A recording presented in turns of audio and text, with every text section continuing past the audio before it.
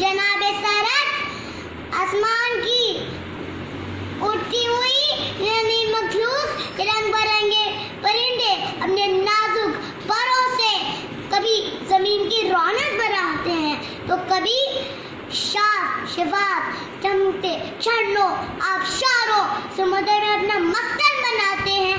मैं ये आरज़ू करती हूँ काश मैं एक परिंदा होती।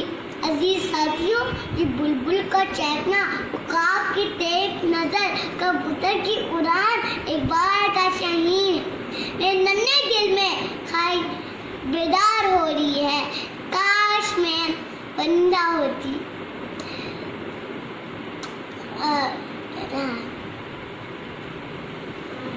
अजीज साथियों, काश मैं एक परिंदा होती, रहती दूर में इंसानों से, अल्लाह के नाफरमानों से।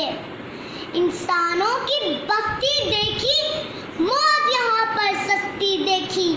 काश मैं एक परिंदा होती, काश मैं एक परिंदा होती। शुक्रिया।